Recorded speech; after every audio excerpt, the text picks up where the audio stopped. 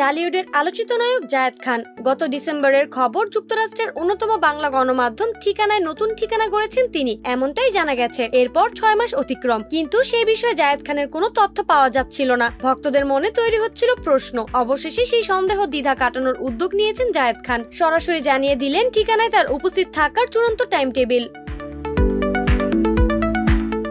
Friday night with Zayed Khan নামে একটি বিশেষ শো এর মাধ্যমে প্রথমবার হোস্ট হিসেবে অভিষেক হতে যাচ্ছে এই নায়কের, যার প্রথম পর্ব প্রচার হতে যাচ্ছে 4 জুলাই শুক্রবার বাংলাদেশ সময় রাত 8টায়। তবে প্রথম পর্বে জায়েদ খানের অতিথিশালায় কে বা কারা থাকছেন সে বিষয়ে আগাম প্রকাশ্যে আনতে অনিচ্ছা প্রকাশ করেছেন এই সঞ্চালক। তিনি বলেন, সেটা না হয় চমক হিসেবেই তোলা থাক, শুধু তারকাদের নিয়েই যে এই অনুষ্ঠানের ডিজাইন তা নয়। দেশ ও প্রবাসী দর্শকদের মনে স্থান করে নেওয়ার লক্ষ্যেই সাজানো হয়েছে এই অনুষ্ঠান। থাকছে তারকাদের একান্ত সাক্ষাৎকার, প্রবাস জীবনের সংগ্রাম ও সফলতার গল্প, সামাজিক বাস্তবতা এবং নতুন প্রজন্মের উদ্ভাবনী ভাবনার স্পর্শ নিয়ে খোলামেলা আলাপ।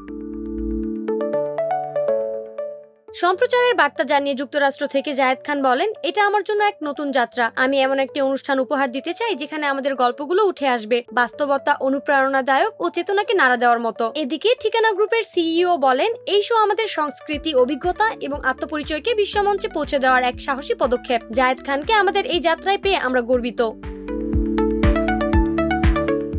বলা দরকার, বেশ অনেকদিন থেকেই স্টেজ শো এর কারণে জায়েদ খান অবস্থান করছেন যুক্তরাষ্ট্রে। অনুমান করা যাচ্ছে সহসা তিনি দেশে ফিরছেন না। বিপরীতে স্টেজ শো আর সঞ্চালনা দিয়ে ব্যস্ত থাকতে চলেছেন মার্কিন মুলুকে। পরিকল্পনা করছেন লস অ্যাঞ্জেলেসে বসে ঢালিউড সিনেমা করার, এমনটাই জানিয়েছেন তিনি।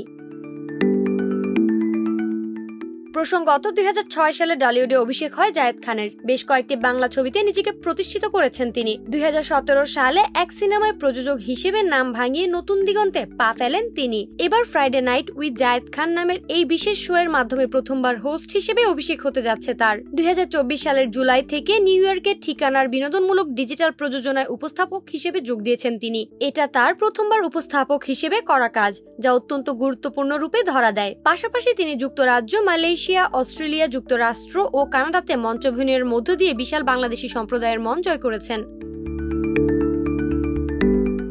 নাইমি জান্নাত ব্যাপ্তি, শোবিজ 24, ঢাকা।